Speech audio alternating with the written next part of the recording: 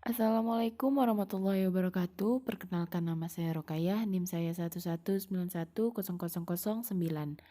Nah, asal saya dari Kapuas Hulu, kemudian dari PGMI 5E. Judul yang diangkat dari dongeng ialah Lenggang Kandung, asli daerah Putusibau. Sengkolan kandung di tanah Melayu. Dalam perspektif lembut adat Melayu.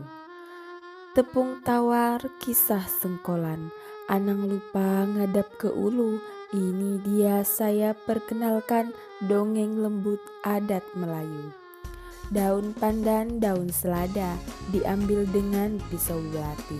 Ingin tahu jalan cerita, baca dengan senang hati.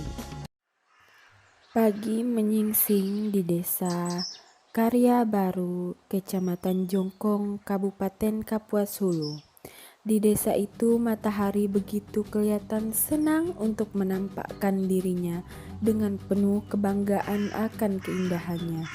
Pagi nan cerah dan penuh dengan penantian akan hal-hal yang ditunggu oleh pasangan suami istri yang begitu bahagia akan hari itu, yaitu hari di mana pas 4 bulan usia kandungan sang ibu yang bernama Yati, yang biasa dipanggil Usu. Usu ialah anak yang paling bungsu perempuan. Kemudian suaminya yang bernama Yoga biasa dipanggil Ua. Ua adalah anak yang paling tua. Kemudian bisa laki-laki dan bisa perempuan. Dengan penuh keceriaan, orang-orang yang mulai berdatangan mengucapkan selamat kepada sang ibu dan sang cabang buah hati mereka di dalam kandungan. Sambil menunggu para tamu dan tetangga, kerabat dekat ataupun jauh yang hadir, para ibu-ibu dan bapak-bapak pun sambil berbicara satu sama lain, sambil tertawa dan bercandaria di hari yang berbahagia. Dan anak-anak pun berlarian ke sana kemari, bermain dengan kawan-kawan sebayanya. Ketika para tetua adat dan orang tua yang akan turut ikut serta dalam upacara sengkolan kandung, maka upacara adat sengkolan kandung pun akan dilaksanakan. Setelah alat dan bahan siap untuk memulai acara, maka mulailah tetua adat untuk membuka acara dan membimbing jalannya upacara tersebut, yaitu sengkolan kandung atau lenggang kandung. Usu mengusulkan sambil berkata, "Kita mulai bah acara kita hari itu, isa makin cepat makin baik." Sambil menggunakan bahasa Kapuas Hulu yang artinya ingin memulai acara kita di hari ini supaya semakin cepat maka makin baik pula.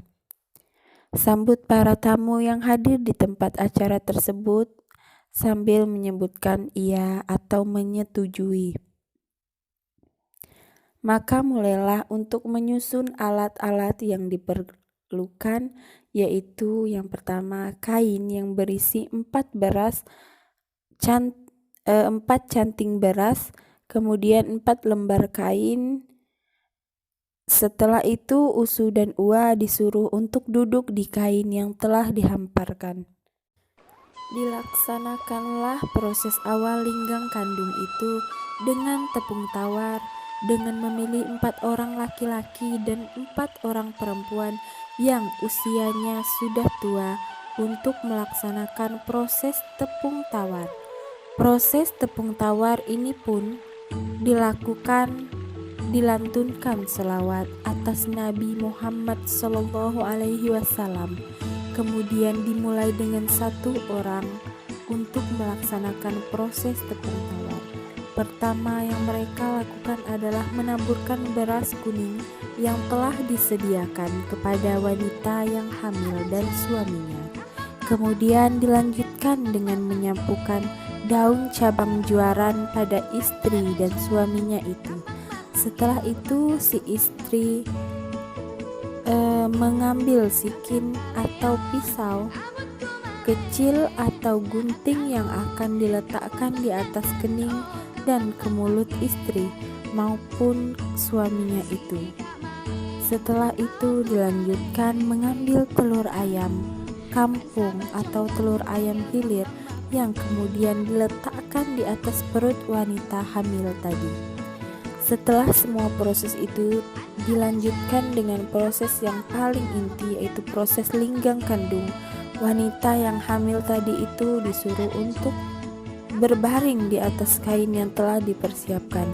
Kemudian ada 8 orang bidan kampung yang akan melakukan linggang kandung tersebut, yang akan bergantian setelah melakukan linggang kandung itu.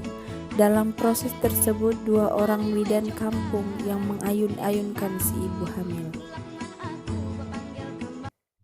Rangkaian acara pun selesai. Maka acara selanjutnya adalah makan-makan pelabor. Nah, pelabor dalam bahasa Kapuas Hulu ialah semacam makanan yang bisa disuguhkan ketika ada tamu seperti kue, makanan apapun itu kecuali nasi atau makanan pokok biasa atau makanan berat. Dan apabila orang rumah menyediakan nasi dan lain sebagainya pun tak menjadi masalah. Nah, untuk menyuruh Uwa dan tetangga laki-laki untuk menghidangkan makanan kepada tetamu yang lain. Uwa dah tahu didang tan makan, maik kawan-wan yang lain. Artinya ialah Usu menyuruh Uwa untuk menghidangkan makanan, kemudian Usu menyuruh Uwa membawa kawan atau tetangga yang lainnya untuk membantu Uwa. Kemudian Uwa pun menjawab, "Au meh tawaku mai sida."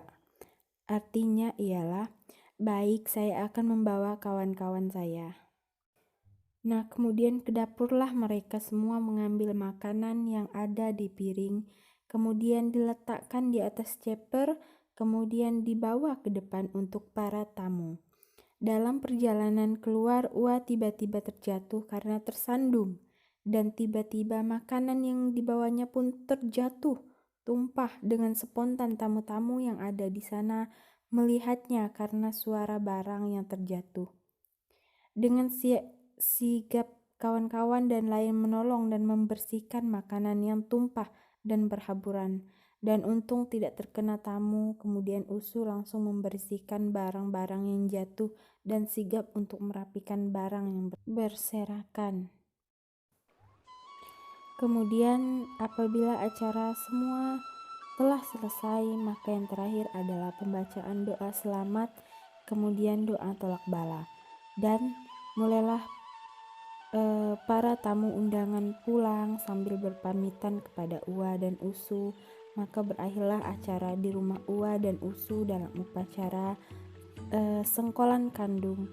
Kemudian tamu pulang dengan hati bahagia dan berjalan dengan lancar. Patuhilah dasar falsafah. Jangan sampai tidak menentu.